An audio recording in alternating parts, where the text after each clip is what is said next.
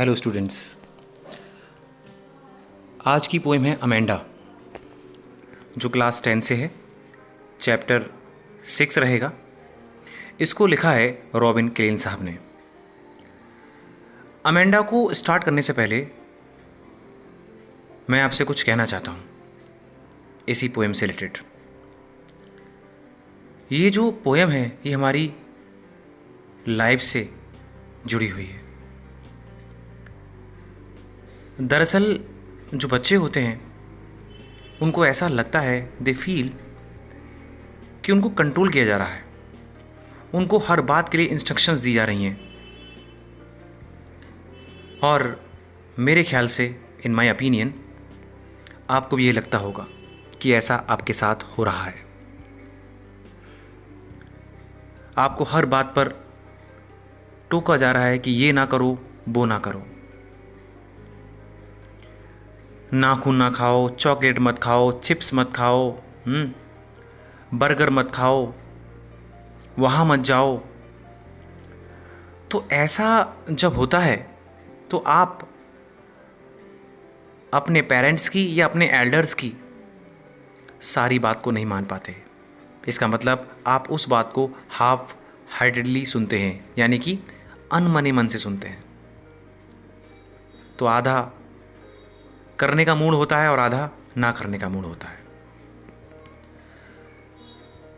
और जितने बच्चे इसको सुन रहे हैं, काइंडली कमेंट बॉक्स में ये क्रिएट करें कि आपके साथ ऐसा होता है या नहीं होता है। क्योंकि मेरे साथ भी ऐसा ही हुआ है जब मैं छोटा था। तो शायद मैं ये समझता हूँ इसी वजह से मेरे में इतने इम्प्रूवमेंट्स आए हैं। तो मेरी ओपिनियन यही है कि अगर आपको किसी बात के लिए टोका जा रहा है, जो आपके पेरेंट्स हैं या आपके जो एल्डर्स हैं आपसे अगर कुछ कह रहे हैं, तो वो सिर्फ और सिर्फ ओनली फॉर गुड थिंग, वो आपके सिर्फ भले के लिए है। क्लियर? तो ऐसी ही एक कहानी है, ऐसी एक पोएम है ये अमेंडा की। चलिए पोएम को स्टार्ट करते हैं। तो पोएम की पहली लाइन है, don't bite your nails Amanda, don't hunch your shoulders Amanda, stop that slouching and sit up straight Amanda. जैसे कि पहली लाइन में ही आप देख रहे होंगे डोंट। अगर सेकंड लाइन की बात करें तो वहाँ भी क्या है, डोंट, और थर्ड लाइन में क्या है, स्टॉप। इट मीन्स जैसा हम बात कर रहे थे, डिस्कस कर रहे थे इस पोएम में, कि हर बात के लिए पेरेंट्स या एल्डर्स आपको टोकते हैं। तो इस पोएम में स्टार्टिंग में ही आप देख सकते हैं। ठीक है, तो यहाँ अमेंडा से कहा जा रहा है, तो ये इस बात को आप अपने ऊपर भी ले सकते हैं, अपने शू में भी इस चीज़ को देख सकते हैं कि हाँ, क्या आपके साथ भी ऐसा होता है। और एक बात फिर से बता दे रहा हूँ कि ज़रूर रियलाइज़ करिएगा इस बात को, क्या वो वास्तव में वो सही है या गलत है। मेरे हिसाब से वो सही है। आप क्या सोचते हैं? तो आइए फिर से पोएम की ओर जाते हैं। Back to the point.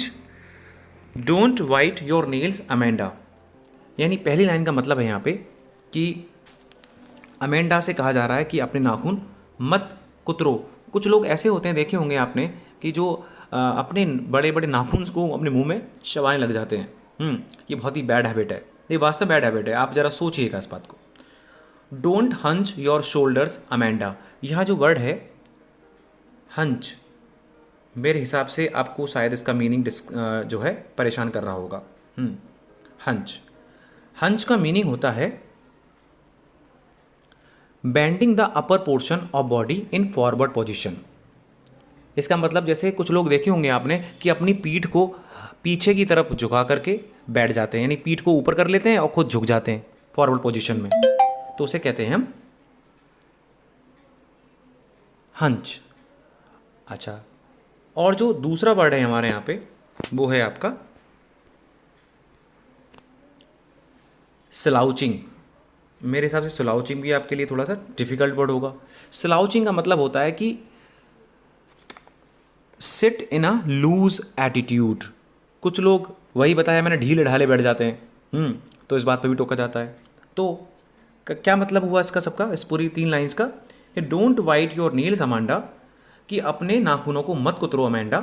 Don't hunch your shoulders, अपने शोल्डर्स को झुका करके मत बैठो अमेंडा।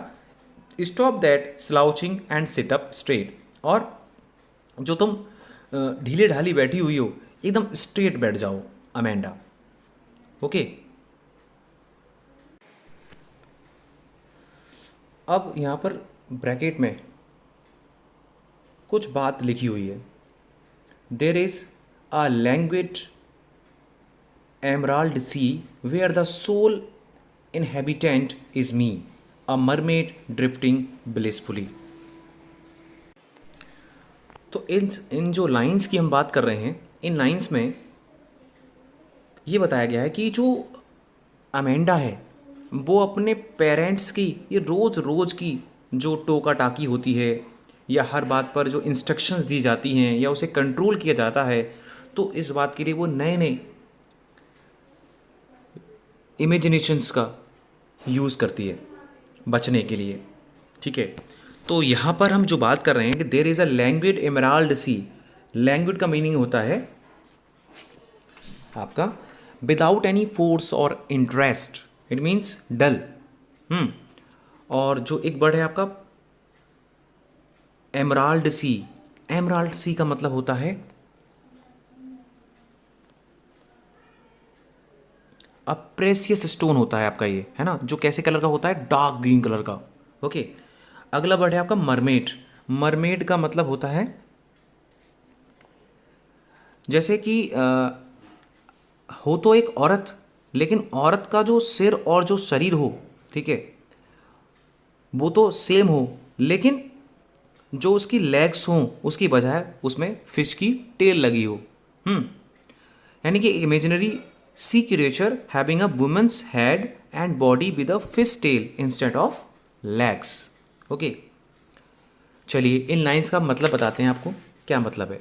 तो वो अपने आप को एक इमेजिन करती है, क्या इमेजिन करती है कि वो एक मरमेड हो जो विदाउट एनी कन्फाइंस, यानी बिना किसी रेस्ट्रिक्शंस के या बिना किसी जेल के वो एक ग्रीन सी पर तैर रही हो, और जो ये वर्ल्ड है अमेंडा का, जो वर्ल्ड है वो एकदम फ्री हो हर चीज़ से।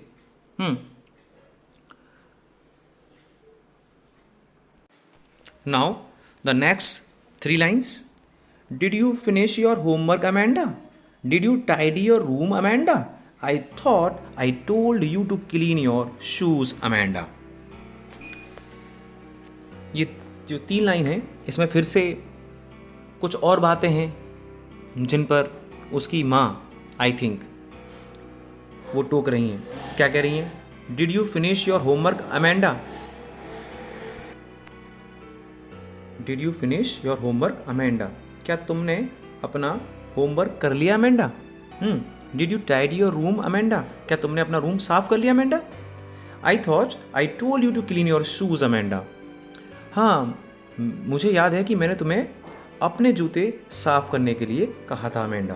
तो यानी कि फिर से यहाँ पर इन 3 लाइन में फिर से कुछ ऐसे इंस्ट्रक्शन दिए जा रहे हैं जिनको करने के लिए बोला जा रहा है। नाउ अब जो हम स्टेंजा पढ़ने जा रहे हैं, जो फिर से ब्रैकेट में दिया हुआ है, इसमें है I am an orphan roaming the street, I pattern soft dust with my hued bare feet, the silence is golden, the freedom is sweet. ये जो लाइन है, इन लाइन्स में अमेंडा फिर से एक और इमेजिनरी वर्ल्ड में चली जाती है, और इसकी जो फर्स्ट लाइन है रियली वेरी डिप्रेसिंग, ये बहुत ही डिप्रेसिंग है जिस तरह से वो सोच रही है। वो कह रही है कि आई एम एन ऑर्फन। ऑर्फन का मीनिंग होता है बच्चों विदाउट पेरेंट्स, यानी वो अपने आप को अनाथ सोचती है कि काश मैं अनाथ होती। रोमिंग द स्ट्रीट, गलियों में घूमती। I pattern soft dust with my hued bare feet, और पैरों में कुछ भी नहीं होता, ना चप्पल होती, बेयर फीट, नंगे पैर, और मैं उस धूल पर अपने पैरों को बनाती, यानी जो मिट्टी होती उस पर मैं चलती और उस पर अपने कुछ पैटर्न बनाती। और जो उसके जो पेरेंट्स हैं जो उसे बार बात पे या टोका टाकी कर रहे हैं उसके साथ, ठीक है, तो इस बात को वो अनोदर वे लेती है और सोचती है कि जो वास्तव में जो साइलेंस होती है वो गोल्डन है और जो फ्रीडम होती है वो मीठी होती है। जबकि रियलिटी तो ये है कि उसके जो पेरेंट्स हैं उसे बहुत लव करते हैं, इसलिए शायद उसको समझाने के लिए बार बार उसे टोक रहे हैं। अब जो नेक्स्ट स्टेंजा है जिसमें लिखा हुआ है कि don't eat the chocolate Amanda, remember your acne Amanda, will you please look at me when I am speaking to you Amanda. In these lines, इसमें भी इंस्ट्रक्शंस हैं, this is also a set of instructions. यहाँ पर जो instructions हैं वो ये indicate कर रहा है कि जो उसकी मदर हैं वो उसकी एक्सटर्नल जो ब्यूटी है उसको वैल्यू दे रही हैं, यानी कि वो उसके लिए बहुत पॉजिटिव हैं और कहना चाह रही हैं कि अमेंडा चॉकलेट मत खाओ, और उसे याद दिला रही हैं कि जो एक्ने है, एक्ने का मतलब होता है कील मुहासे, यानी एक डिजीज़ होता है जो आपके चेहरों पर आ जाता है जिसे हम कहते हैं पिंपल्स। ओके, तो याद करो जो सारे पिंपल्स निकल आए थे। Will you please look at me when I am speaking to you, और हाँ, आगे बोल रही हैं कि जब भी मैं तुमसे कुछ बोला करूं मेरी तरफ देखा करो प्लीज़। ओके, तो यहाँ पर हम जो बात कर रहे हैं वो बात कर रहे हैं कि जो एक बच्चा होता है या बच्ची होती है वो इतने केयरलेस होते हैं, उन्हें पता नहीं होता कि कितना खाना है कितना नहीं खाना है, या क्या खाना है क्या नहीं खाना है। ऐसा आपके साथ भी होता होगा, ठीक है। कुछ लोग खाते ही रहते हैं फिजूल में, समोसे खाते हैं, पता नहीं उन्हें वो नुकसान करेगा या फ़ायदा करेगा, उन्हें खाने से मतलब। वही चीज़ यहाँ पेरेंट्स उसे अमेंडा को समझाना चाह रहे हैं। यहाँ पर जो ब्रैकेट में फिर से जो लाइंस दी गई हैं, I am Rapunzel, I have not a care, life in a tower is tranquil and rare, I will certainly never let down my bright hair. यहाँ जो वर्ड है आपका रपुंजेल, पहले रपुंजेल को समझ लेते हैं क्या। रपुंजेल जो है एक जर्मन एक फेयरी टेल है, उसका करेक्टर है, ठीक है, और जो एक हाई टॉवर पर रहा करती थी और जिसके ब्यूटीफुल गोल्डन हेयर है। क्लियर, तो एक करेक्टर का नाम है रपुंजेल, ठीक है। अच्छा, तो हम बात करेंगे यहाँ पे कि वो फिर से एक ड्रीम सोच रही है, सपना सोच रही है, यानी अपने ड्रीम से फिर से खो गई है, ठीक है, और वो अपने आप को एक रपुंजेल पिक्चराइज करती है कि वो एक रपुंजेल है, ठीक है। और वो ये सोचती है कि जो रपुंजेल की लाइफ है वो बहुत ही पीसफुल है, ठीक है, फंटास्टिक है किसी टॉवर में, और वो ये विश करती है कि काश वो एक रपुंजेल होती। और वो किसी भी तरह से वो ये चाहती है कि वो फ्री रहे और हैप्पी रहे। अब चलते हैं इस पोएम के लास्ट स्टैंजा पर, विच इज़ वेरी इंपॉर्टेंट।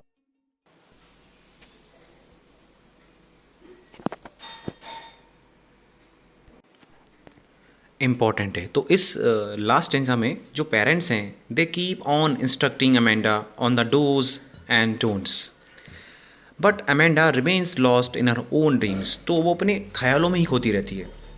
और जो उसके पेरेंट्स हैं वो क्या कहते हैं, stop that sulking at once. Sulking का मतलब होता है टू फील एंग्री या सैड, मतलब अपने अंदर ही अंदर किसी चीज़ को सोचना, यानी अंतर्मुखी होना। तो उसकी जो मदर हैं या जो पेरेंट्स हैं वो उससे कह रहे हैं अमेंडा अब ये अंदर अंदर जो सोच रही हो उसे सोचना बंद करो। You are always so moody, तुम हमेशा मूड में ही रहती हो।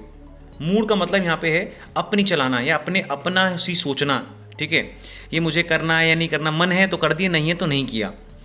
Any one would think that I nagged at you. अगर कोई इस तरह सोचेगा कि भाई कि पेरेंट्स जब भी देखते हूँ या देखता हूँ हमेशा इसको चिल्लाते रहते हैं, बोलते रहते हैं, तो क्या सोचेगा। क्लियर।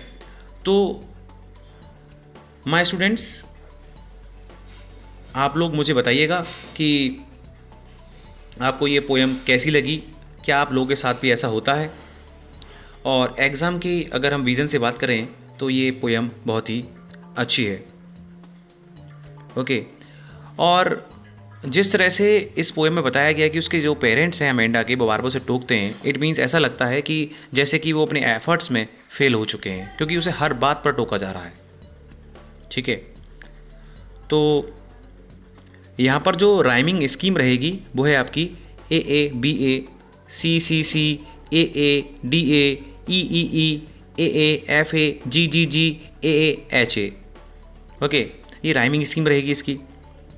और यहाँ पर मेटाफर भी है।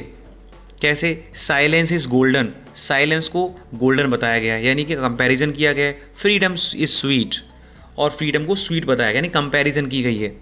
क्लियर है? और कुछ ऐसे वर्ड्स हैं या ऐसे लेटर्स हैं जो रिपीट हो रहे हैं, जैसे stop, that, slouching and sit up straight. यहाँ पर एस जो लेटर है बार बार रिपीट हो रहा है, तो यहाँ पर एलिट्रेशन है। क्लियर? सो होपफुली ये पोएम आपको अच्छी लगी होगी। और एक बात और कि प्लीज़ अपने पेरेंट्स की सुना करिए। ठीक है, अगर वो आपको नैग करते हैं बात बात पर, तो इसका मतलब आपके भले के लिए कर रहे हैं। So have a good life from my side. Thank you so much.